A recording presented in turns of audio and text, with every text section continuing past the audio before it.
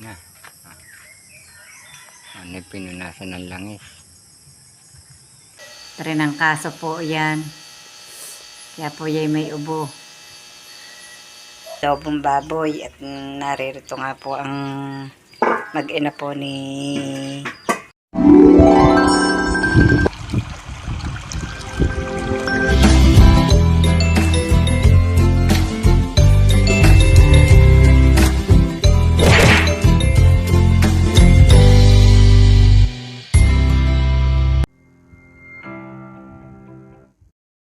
Good morning mga kabrasa, panibagong araw, panibagong vlog na naman po natin ngayon. At yan po si Camille, nakaupo po sa may pinto at yan po ay naglalaba. Tatapos na po siya ng paglalaba. Kanina pa po siya naglalaba. Yun po, nakabilad na nga po yung kumot na dala po ni Tatay Roman kahapon. At ngayon nga po, yan ay ako'y nakapag-imis na po ng bahay. Nakapaglimot-limot na po ako ng ilang kalat po dito. At ako nga po nung makatapos mag-imis, yan, nakawalis na rin po.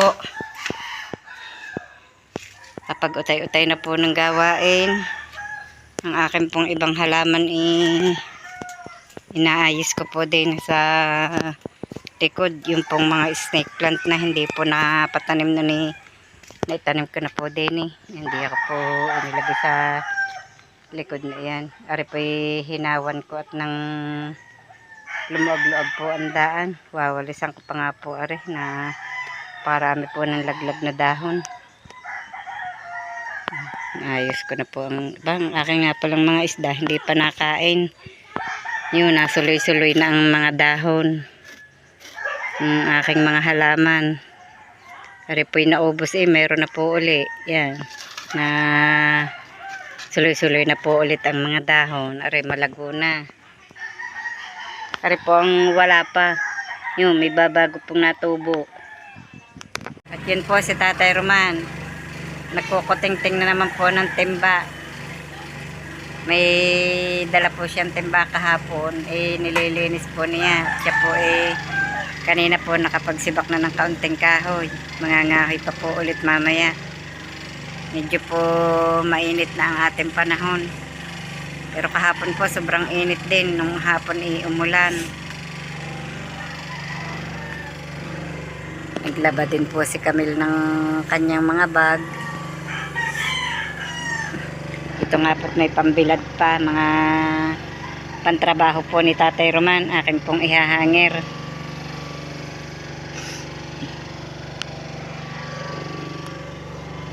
Tapos na po siya maglaba.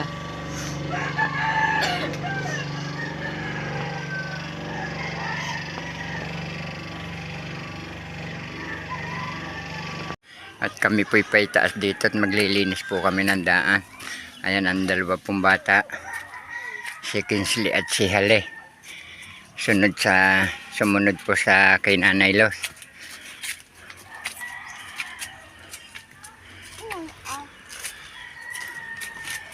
Ayan. Yan po ang ayan kang kakaway po si Kinsley sa inay sa kay Nanay Los.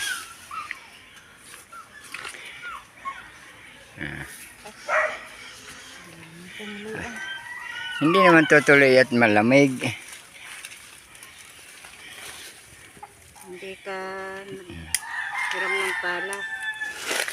Wala, basta mawalisan. Ayan nagdedikit po si Nanay Los ng baka si Bibi mahulog di yan. Ako po. Baba Bibi. Baba di ang Kinsley. Hali. Pirmi na kayo din Hoy. Din na kayo. Din na. Tao'y magwawalis. Nasawagin ko lang sa pusod na. Ay, ang dumi po ng daan. Mama! Bumaba ka diyan.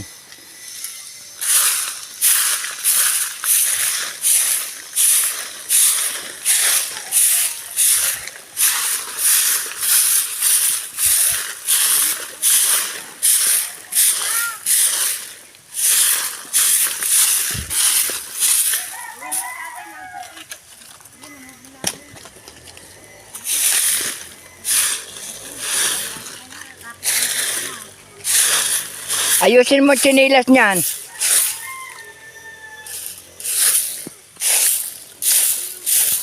Ayun, nakapagparikit na po si Nanay Los.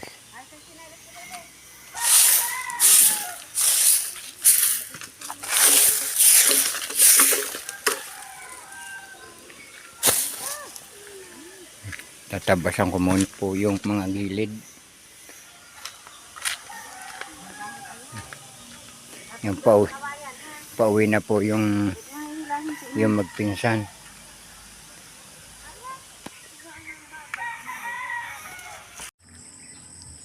Nandito ngayon ako sa Kampanalig. Wala naman pala sila sinakautol. Kala ko nandito.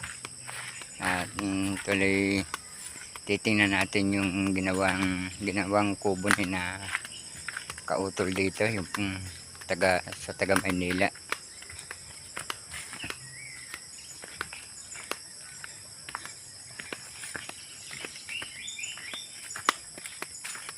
Ayan, nali.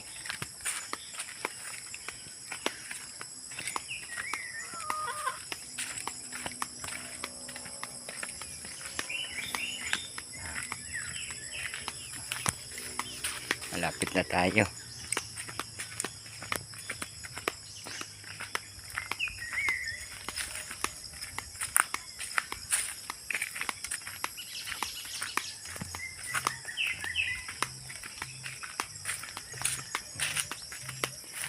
Dito namang bandang ito, mga kabrasap, na linis na rin ang pagtatayuan din niya ng kubo. May mga tanim na rin halaman ang pag-iitan.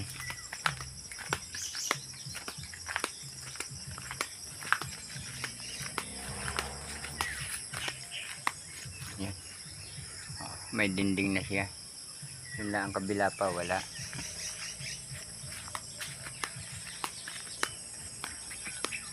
Ang laki din mga kabrasap.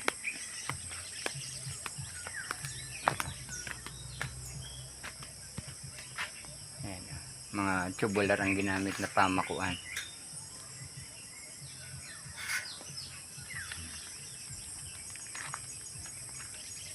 Maasol na naman ang paligid.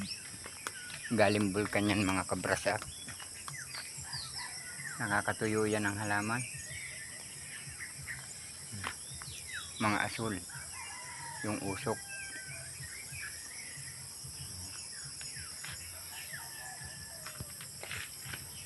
Ayos na. Ano yung pinunasan ng langis.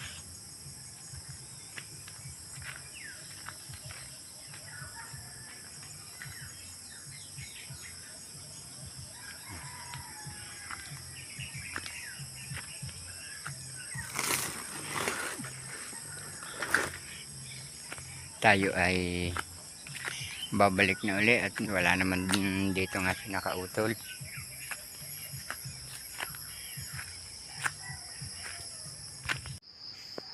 Ito po yung karugtong po ng vlog po natin kahapon at sina Tatay Roman po ay yan, nag-aayos po ng gamit. At si Camille po nakaligo na rin. At sana po ipapasok pero wala daw pong pasok ngayon. Dahil po nung usok po ng bulkan, sobra pong kapal ng usok po kahapon. Eh, wala pong pasok ang mga eskwela ngayon. Si Tatay Roman po nagtitiklop ng kanyang mga dadalhing damit. Iniaayos na po uli at papunta na po uli siya ng Saudi. Saudi, liguhan. Mapera. Linggo-linggo na uwi. Isahang linggo po siya sa Saudi. Saudi Cavite.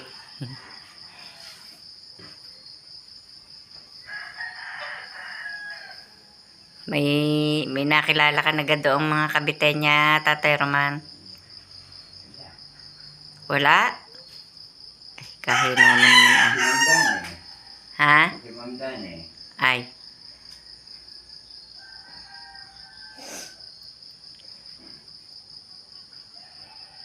Mga babae na din ko, construction. Anong ginagawa? Yung mga nagdadakot na lupa, nagdadakot na naghahalo. Maghapunan din. Mm. Halos buong Batangas pala walang paso. Sa Cavite din siguro. Abot din yun eh. Cavite, Nasugbo, tsaka din sa Batangas, sa Palawan. Huwag mo ganyan ang silya at mababali ang ano niyan.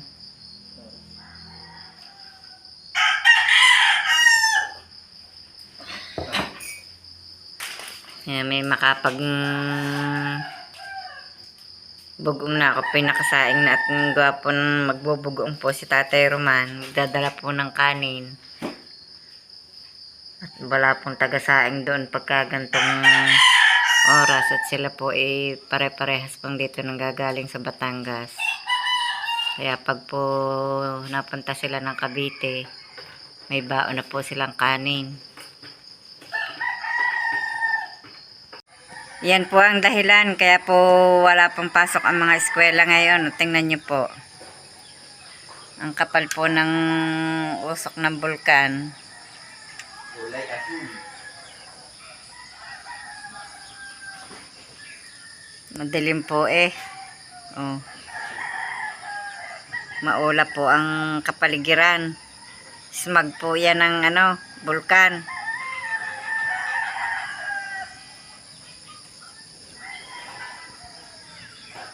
Ang kapal ng usok.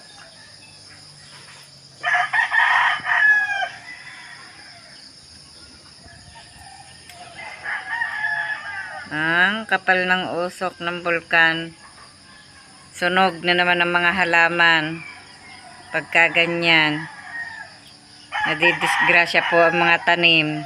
Naku, lalo na ang patani doon sa baba. Ano? Siguro kaya nga dahil naman ko nagdalang mo. Kaya nga, Naman pala yung ipon eh. nasusunog ang mga dahon. Pati naman mga halaman. Hali po ay walang pasok ngayon, pero sila po ay may feeding pa rin. Po, nakain siya. Anong feeding mong yan, Neng? Hangin. Ano yung ulam ni Ining na yon? Apritada. Pritong itlog. Pritong- Parang torta ata yun. Tortang talong. Yan. Tapos sarsyadong Tapos, sarsyadong isda. Tapos, ano yung isang yon? apritada. Ba't ang daming feeding? Ano ba? Baka 2 araw yan. May pansit pa po. Ubos mo yan, Neng? Aba? Maiging kumain. Kain, ubos. Mag-alok naman ikaw. Kain po. Sabi mo, kumusta na po kayo? Kamusta na po kayo?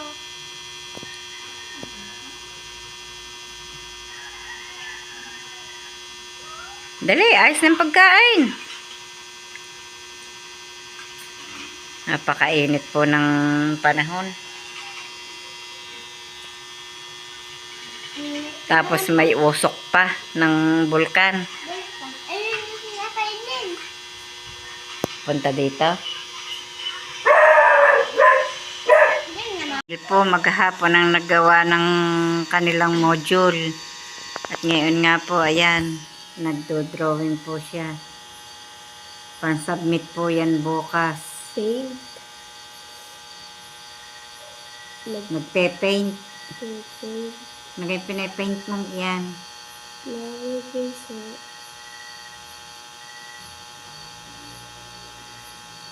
Maghapon na. Kahapon pa po yan. Palibas ay walang pasok kahapon. Tsaka ngayon. 2 araw pong nag-module.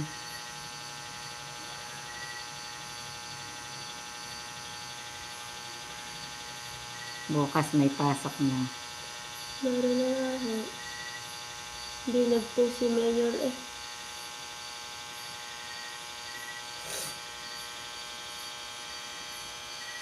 Kumalma na ang bulkan.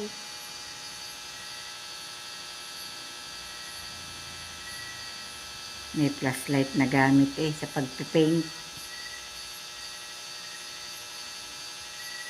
Hindi maaninaw ang Nalay na ako. Sakit na ng parikat. Di ba may flashlight doong malinaw? Yung sa tatay.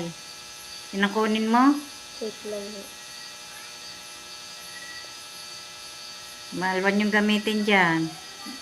Maliwanag yun.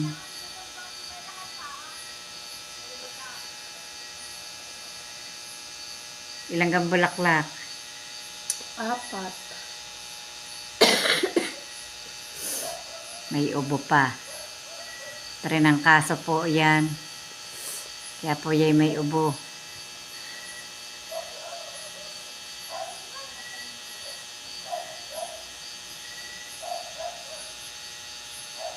Ano yung mga pink sa tabihan? Parang yung pinaka, yung guhit sa bulaklak. Ay, yung gitna yan. Alin ho? Yung may guhit na yan.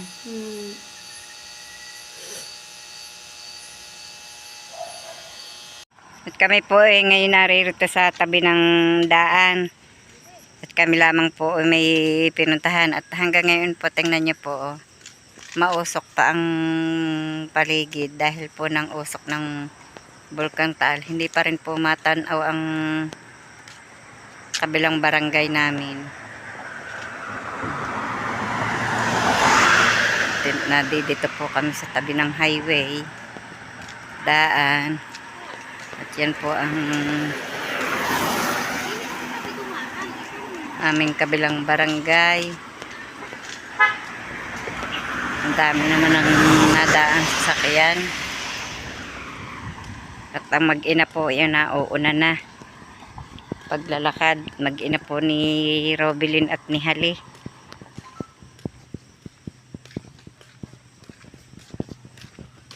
Medyo malayo-layo pa rin po ang aming lalakarin. Huwag mo iganyan ang payong natin, masisira.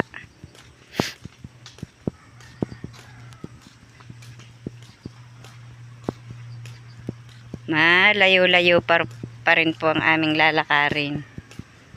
Dami ng puno din. Ang lalaki. Lalaki ng puno.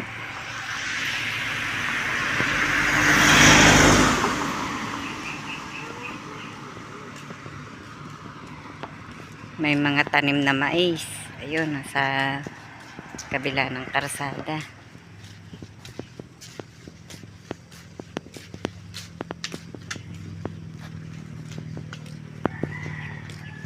Sarap ng nilagang mais. Magulang na lang ang mais na rin. Dapat din yung bualaw. Pwede pa kaya rin bualawin mais na rin. Katanong kay Elsa. Medyo po kulimlim ang panahon pero ayos lamang po dahil nang hindi naman po naulan. At kasarapan po ng pagtatrabaho. At ito nga po ang aking patanin na pagkalago na. At pagkakon po mamumulaklak na yan ang papaya ko. Ang dami ng bunga. Yan ang sili, malago. Ang lago ng sili. Ako nga po ito nagluluto po ako ng adobong baboy. At naririto nga po ang mag-ina po ni Jessa at ni Kinsley. Wala po kaming may ulam. Niluto ko na po yung karning baboy po dining pinakilagay ko po doon sa freezer ng aking pamangkin. At nga po niluluto-luto pa. Maya po binaiga-iga pa at luto na po naman ang karne. Isa ko parang para po lumabas yung kanyang lasa, iiga-igahin pa po yan. Napadami po ang aking lagay ng ng tubig, kaya iiga-igahin pa po yan. Ayos na po naman ang lasa. Maya-maya pa po yan hahanguin. Magandang hapon mga kabrasap. Hanggang dito na lamang po munang muli ang aming vlog. At maraming salamat po sa patuloy niyong pagsubaybay hanggang sa dulo ng aming vlog. At Saan man kayo naroroon, mag-iingat po kayong palagi. Bye-bye and God bless.